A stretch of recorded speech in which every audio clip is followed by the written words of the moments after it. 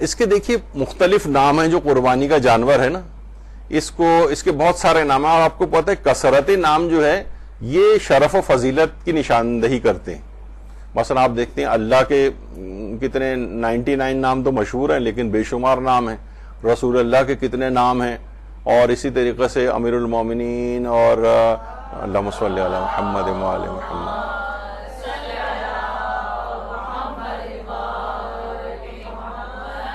شہزادی کونین اور امام زمانہ علیہ السلام اور اللہم صلی علی محمد.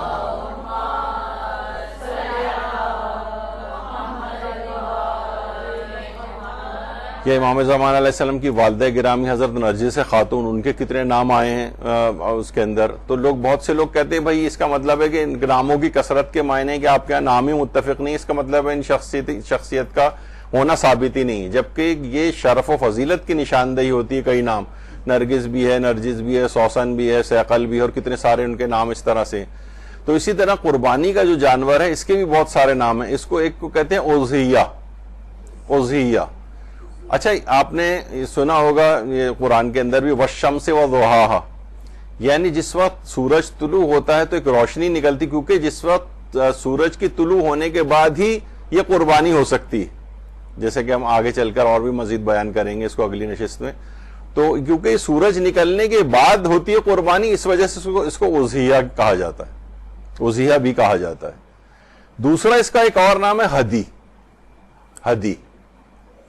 اچھا ہدی جو ہے قرآن کے اندر بھی سورہ بقرہ میں آیا ہے، وَأَتِمُّوا الْحَجَّ وَالْعُمْرَةَ لِلَّهِ فَإِنْ أُحْصِرْتُمْ فَمَا اسْتَيْسَرَ مِنَ الْهَدْيِ. تو یہاں پر بھی ہدیے یا ہدی یہ قربانی کے جانور کا ایک نام اس کے اندر آیا ہے. قربانی کا جو جانور ہے اس کو ہدی کہا جاتا ہے، یہ ہدی کہا جاتا ہے. تیسرا ایک اور نام اس کا قرآن میں آیا، اس کا نام ہے بدنا. وَالْبُدْنَ جَعَلْنَاهَا لَكُمْ مِنْ شَعَائِرِ اللَّهِ من شاعر اللہ. والبدنا یعنی بدنا جو ہے یہ اونٹ کو کہا جاتا ہے، اس کو شاعر خدا میں سے قرار دیا گیا. جو حج کے موقع پر جو قربانی کی جاتی ہے اونٹ کی، اسے بدنا کہا ہے قرآن نے، اور کہا کہ یہ شاعر اللہ میں سے. تو ایک نام اس کا بدنا بھی ہے. ایک اور نام اس کا بہیمت الانعام ہے. بہیمت الانعام فی ایام معلومات علی ما رزقہم من بہیمت الانعام. تو یہاں پر بھی قربانی کے جانور کا ایک نام قرآن نے بہیمت الانعام رکھا ہے. اس کا ایک اور نام قلائد بھی ہے. دیکھیے شرف و فضیلت اتنی زیادہ ہے اس کی کہ اس کے مختلف نام قرآن نے ذکر کیے ہیں. قلائد یا ایھا الذین آمنوا لا تحلوا شعائر اللہ ولا الشہر الحرام ولا الہدی ولا القلائد. اچھا ہدی کہتے ہیں قربانی کے جانور کو، اور قلائد کہتے ہیں کہ وہ جانور کہ جس کے گلے میں کوئی نشان ڈالا جاتا تھا. یہ انشاءاللہ ایک نشست ہماری ہوگی. میرا ارادہ ہے کہ جو مختلف ہمارے ہاں کے رسوم اور رواج ہیں، آج کل رسوم اور رواج کے اوپر بہت زیادہ یعنی روشن فکر ہونے کی نشانی سمجھی جاتی ہے کہ وہ ہر رسم کا، اچھی رسم کا بھی گویا انکار کرتی. رسومات عزاداری کے سلسلے میں بہت ساری رسومات کے اوپر لوگ یہ بھی صحیح نہیں ہے، یہ بھی صحیح نہیں ہے، یہ بھی صحیح نہیں ہے، ایک بہت بڑی لسٹ بنا دیتے ہیں. تو ہم انشاءاللہ اس میں ذکر کریں گے کہ اسلام نے بہت سی ایسی رسومات تھیں ان کو باقی بھی رکھا ہے. حالانکہ اس زمانے جاہلیت کے اندر کفار و مشرکین کی رسومات تھیں، لیکن اسلام نے مصلحتاً اس کو یعنی جاری رکھا. بعد تو ہم اس میں تفصیل آتی ہے.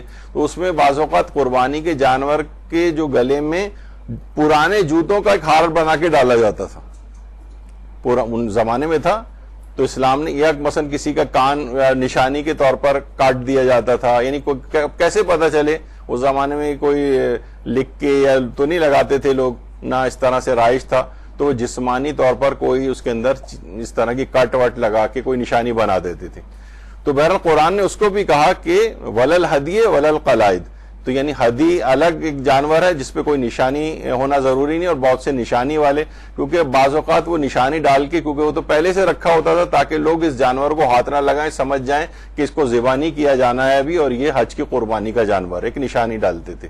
خیر یہ قرآن نے اس کو قلائد کہا. منسک یہ بھی قرآن کے اندر آیا ہے. وَلِكُلِّ أُمَّةٍ جَعَلْنَا مَنْسَكًا لِيَذْكُرُوا اسْمَ اللَّهِ، یعنی اس میں بھی منسک جو ہے وہ قربانی کے جانور کو قرار دیا گیا. اچھا نسک ایک سے ملتا جلتا، جیسے ہمارے ہاں کہا جاتا ہے مناسک حج، یعنی عبادت کے طریقے کو مناسک کہا جاتا ہے. مناسک حج یعنی حج کو انجام دینے کا طریقہ. نسک جو ہے، جب بھی ایک سعودی گورنمنٹ نے ایک ایپ بنایا ہے، اس کا نام نسک ہے، جس میں آپ رجسٹر ہوتے ہیں، تو پھر آپ خانے کا ادھر مسجد نبوی میں ریاض الجنہ جانے کے ٹائمنگ اس میں اپنے آپ کو رجسٹر کرنا ہوتا ہے، اس کا نام بھی انہوں نے نسک رکھا ہے. تو بہرحال یہ بھی قربانی کے جانور کا ایک نام ہے منسک.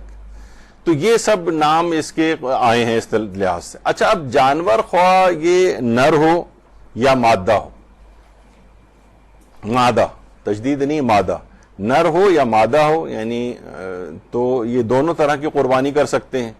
یعنی بکری کی قربانی بھی جائز ہے، گائے کی تو خیر رائج ہے، لیکن ویسے بکریاں عام طور پر سستی بھی مل جاتی ہیں بکرے کے مقابلے میں، تو یہ قربانی کر سکتے ہیں، اس میں کوئی حرج نہیں. ضروری نہیں ہے کہ نر ہی جانور ہو اس کے اندر. اچھا اب کون سا جانور قربان کریں، کون سا؟ دیکھیے ایک تو اس میں کہا جاتا ہے انعام ثلاثہ، یعنی 3 جانوروں کی کیٹیگریز ہیں، جس میں ایک تو ہے اونٹ، اور ایک ہے گائے یا بیل، اس کا ورژن کر لیں، اور یا پھر بکرا یا بکری، دمبا.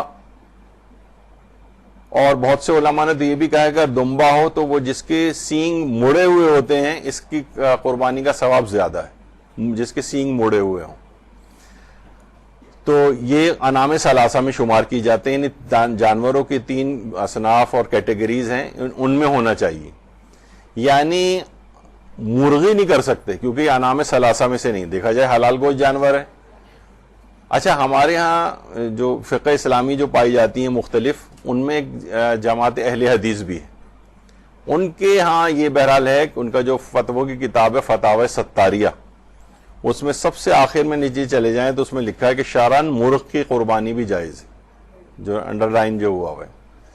تو فتاوی ستاریہ میں وہ البتہ وہ پھر اس کی تفصیل میں جاتے ہیں کہ اگر کوئی شخص غریب ہے نہیں کر سکے تو وہ مرغے کی قربانی کر دے. حتیٰ کہ جو ان کے ایک بڑے اہم عالم دین ابن حزم بھی فرماتے تھے کہ مرغے اور مرغی کی قربانی بھی جائز ہے، بلکہ جو زیادہ غریب ہو اور مرغ کی قربانی بھی افورڈ نہ کر سکے وہ انڈے کی قربانی بھی کر سکتا ہے. بہرحال تو لوگ اس کو پھر بال کی کھال اتارتے ہیں، وہ کہتے ہیں پھر یہ جو کھال جو دی جاتی ہے تو یہ انڈے کا خول جو ہے ہم کس جگہ لے جا کر دیں، خیر. تو بہرحال اچھا پھر وہ اس پہ اب یہ حضرت ابو ہریرہ کی بھی ایک روایت ہے، اور مختلف روایت پہ پھر ان کے علماء کے کچھ مناقشات ہیں، ہم اس میں نہیں جاتے بہرحال. لیکن بہرحال ان کے ہاں فتاوی ستاریہ کے اندر یہ ہے کہ مرغ کی قربانی بھی جائز ہے، اور بعض اوقات انڈے کی قربانی بھی. اچھا اب دیکھا جائے تو اس کی ہرن جو ہے، اس کی شکل و صورت تو کافی بکرے سے ملتی جلتی، کہ اس کی قربانی کر سکتے ہیں؟ تو اس کا جواب یہ ہے کہ یہ بقرہ عید کی مستحب قربانی میں ہرن کی قربانی یہ کافی نہیں، کیونکہ انعام ثلاثہ میں نہیں آتا ہے. اسی طریقے سے مثلا ابھی کچھ دن پہلے ظاہر بڑا ایک شہرا اٹھا تھا سحر و افطار میں مثلا شتر مرغ کھلانے کا، تو کوئی کہے کہ بھئی ہم شتر مرغ کی قربانی اگر کریں تو وہ بھی بہرحال انعام ثلاثہ، اگرچہ حلال گوشت جانور ہے لیکن انعام ثلاثہ میں نہیں، تو وہ بھی کافی نہیں ہوگا جب ہرن بھی کافی نہیں. تو بہرحال وہی بھیڑ، بکری، دمبا، اور مثلا گائے، بھینس، بیل اور یہ جو اونٹ ہے، اس کی قربانی میں سے کسی کا انتخاب کیا جائے. ایک اور ہے بھینس کی قربانی. اچھا اب بہت سے لوگ اس پہ بڑا اعتراض کرتے ہیں کہ بھئی یہ بھینس کو آپ کہاں سے اس کے اندر لیا. بھینس کی قربانی بھی بالکل جائز ہے. اردو میں تو بھینس کہتے ہیں، انگریزی میں بفیلو کہتے ہیں، اور گاؤ میش کہتے ہیں فارسی میں، اور جاموس کہتے ہیں عربی میں بھینس کو. اچھا اب ویسے جو حاجی حضرات ہوتے ہیں وہاں پر ان کے لیے مکروہ ہے کہ وہ بھینس کی قربانی کریں، یعنی اس کا وہاں پہ بھی ہو جائے چل جائے گا لیکن ثواب کم ہے. بھینس کی قربانی بہرحال یہ ہے کہ